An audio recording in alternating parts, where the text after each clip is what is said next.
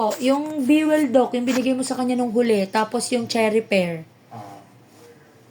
Dapat na po ba siyang palitan, Doc? Kung okay pa naman, okay, tsaka okay naman yung timbang niya, huwag na lang.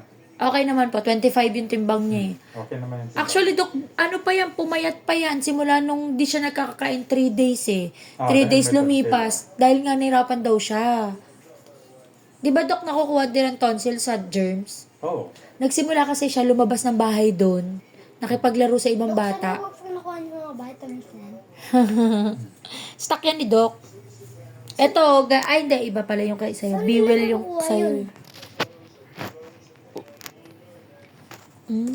Dito.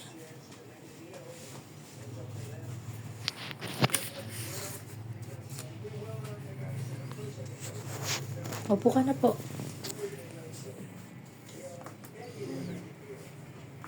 Di ba nung mga sulat talaga ng doktor pa ganun lang? Opo. Yung mga sulat ng mga doktor. Sulat, doktor yan. Opo. Wala bang kailangan idagdag na vitamin sa kanya, Doc? Or palitan yun? Okay na yun, Cherifel. Okay po yun. Tsaka silin. Ay, hindi. Bewell po yung binigay mo sa akin, Doc. Parehas lang yun. Parehas lang po. Hirap lang siya patulugin sa Bewell, Doc. Sa umaga mo pa inumin. Umaga Huwag sa po. gabi. Ako nga, umaga nga po, after lunch. Huwag sa tanghali kaya sa gabi. Umaga talaga as Sa umaga. in. Makinig ka sa sinasabi ni Doc.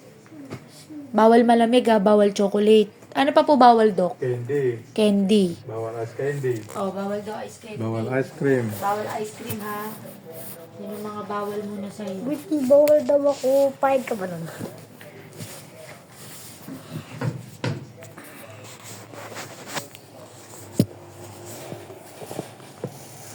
Hindi talaga siya pwede tukton sa mga batang makipagsabayan. Yung alam mo yung batang kalye talaga, literal.